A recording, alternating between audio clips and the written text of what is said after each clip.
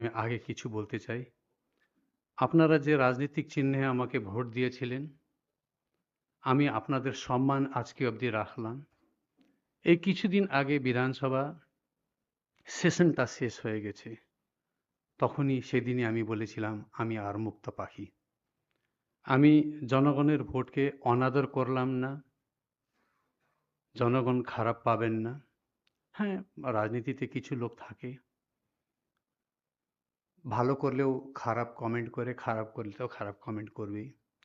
ওনাদের জন্য আমি চিন্তা করব না। কিন্তু আমার জনগণ যে আমার উপরে বিশ্বাস করেছিলেন, আজকে আমি তৃণমূল কংগ্রেস পার্টিতে ঢুকেছি। আপনাদের যে স্বপ্ন আছে একটা উন্নত সমাজ,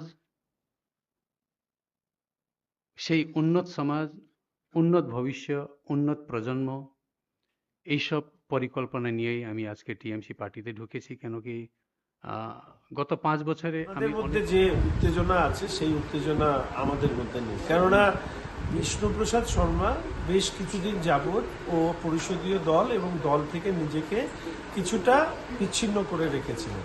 2024 সালে মাননীয় রাজু বিস্তা আমাদের সাংসদ তার বিরুদ্ধে ভোটে দাঁড়িয়েছিলেন। 7টি বিধানসভা মিলে একটা লোকসভা কেন্দ্র হয়, সেখানে 7,000ও ভোট পায়নি।